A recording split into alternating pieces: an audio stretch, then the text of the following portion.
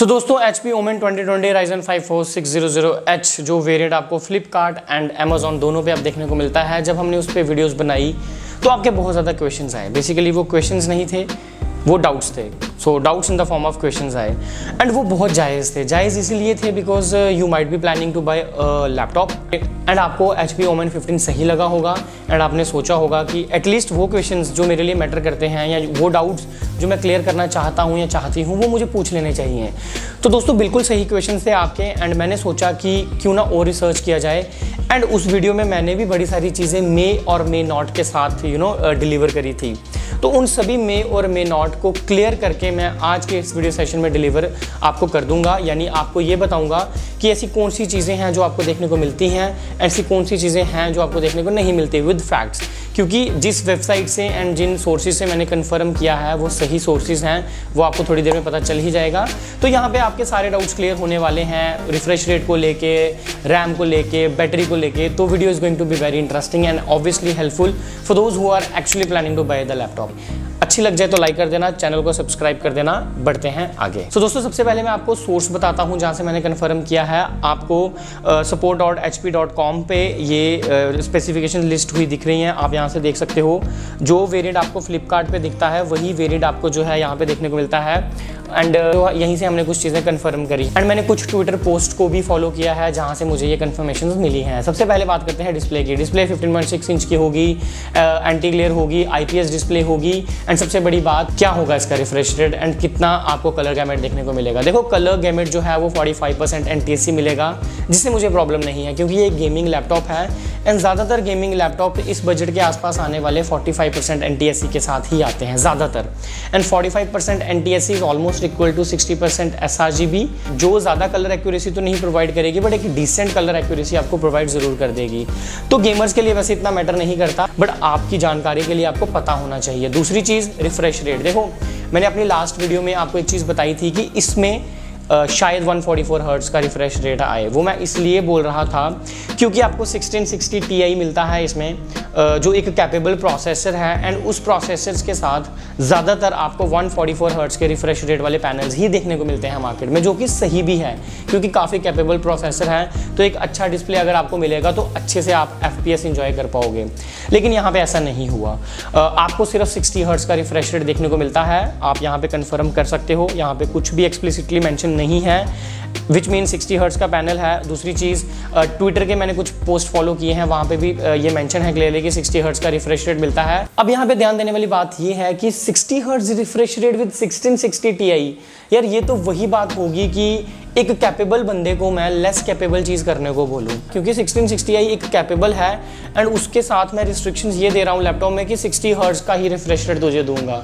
वो आपको अच्छे फ्रेम्स पर सेकंड देने की कैपेबिलिटी तो रखता है लेकिन कहीं ना कहीं स्क्रीन उसका साथ नहीं देगी, तो अनलेस आप एक एक्सटर्नल मॉनिटर नहीं लेते हो। एंड दोस्तों अब यहाँ पे दूसरी चीज़ आती है बैटरी। बैटरी को लेके आप बहुत ज़्यादा लोग कमेंट कर रहे थे कि मैंने गलत बताया, आप अच्छे से रिसर्च नहीं करते हो एंड ऑल। देखो मैंने बिल्कुल फैक्ट्स के साथ आपको वहाँ पे बताया था एंड वो बात बिल्कुल सच थी।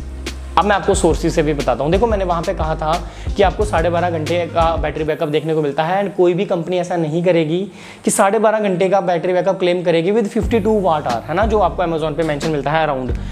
मैंने वहाँ पे आपको क्लियरली बोला था कि इस लैपटॉप में आपको जो बैटरी बैकअप मिलता है वो है 70.9 वाट आवर का 6 सेल की बैटरी है, 200 वाट का पावर अडेप्टर है एंड वो अब आप सोर्सेज से भी देख सकते हो। तो यहाँ पे मैंने एक फैक्ट के साथ वो चीज़ बताई थी और वो चीज़ सही भी हुई एंड 144 हर्ट्ज का मेरा उस वीडियो में बताने का मतलब इसलिए था क्योंकि तब क्लैरिटी नहीं थी और ये चीज़ भी कंफर्म थी कि 1660 Ti आएगा। तो 60 हर्ट्ज का मैं तो एक्सपेक्ट नहीं कर रहा था क्योंकि कंपनीज इतनी बड़ी बड़ी ऐसा नहीं कर सकती, बट ऐसा हुआ तो ये एक गलत चीज़ है। तो आपको दूसरी चीज़ भी पता चल गई कि ये क्लियर है कि बैटरी इसमें काफ़ी अच्छी है। बैटरी इसका one of the highlighting feature है जो मेरे हिसाब से इस लैपटॉप में सबसे सही चीज़ है। दोस्तों तीसरी चीज़ जिसमें मैं बात करूंगा वो है रैम एक्सटेंशन। देखो रैम इसमें 8 GB मिलती है, that is not a concern, लेकिन आप फर्दर सिर्फ 16 GB तक एक्सपैंड कर सकते हो, दैट इज़ अ कंसर्न। देखो मैं ये तो नहीं कहता कि 16 GB एक कम मेमोरी है, आपको अच्छा एक्सपीरियंस नहीं देगी। 16 GB is enough memory at least for today, है ना, बट मैं फिर भी मतलब एक सेफ साइड ये चीज़ सोच रहा था कि अगर 32 GB तक एक्सपैंड कर पाते तो बहुत सही चीज़ रहती एक मन की सेटिस्फेक्शन के लिए।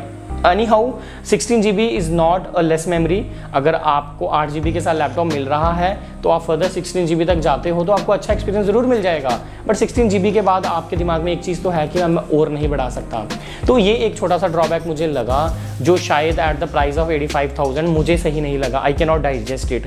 देखो यहाँ पे ना यही चीज़ है कि आपको एक्सपेक्टेड नहीं था कि HP इतना सस्ता लैपटॉप देगा, बट उसने दिया, लेकिन यहाँ पे आपको कुछ मेजर कंसर्न्स हैं जिस पे सोचने की ज़रूरत है। तो कहीं ना कहीं से प्राइस कट किया गया है। तो वो जहाँ से प्राइस कट किया गया है वो बड़े इंपॉर्टेंट एस्पेक्ट है गेमर्स के लिए, तो प्लीज़ इन पे ध्यान ज़रूर देना बाय करने से पहले। अगली चीज़ कि is it good for gaming? Yes, of course. If I look at the specification, if I look at the processor plus graphics card combination, मैं कहूँगा कि yes, it's a good combination, for sure. लेकिन again वही कि जो आपका monitor है वो कहीं ना कहीं आपकी कैपेबिलिटी को फुल यूज़ नहीं कर पाएगा। 60 हर्ट्ज रिफ्रेश रेट तो कहीं ना कहीं कॉन्स्टेंट है, जो शायद आपके लिए मैटर करता हो। बीइंग अ गेमर करना भी चाहिए, बट यहाँ पे आपको थोड़ा सा सोचने की ज़रूरत है। तो मैं यही कहूँगा कि it's a laptop with good specifications, but एक कॉन्स्टेंट है जो कहीं ना कहीं आपके एक्सपीरियंस को स्मूथ होने से रोकेगा।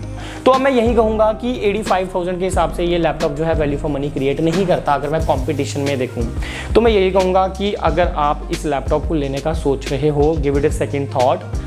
इधर you should wait for some other laptop that are about to come. जो लोग वेट नहीं कर सकते वो बाकी कुछ और ऑप्शन चेकआउट कीजिए।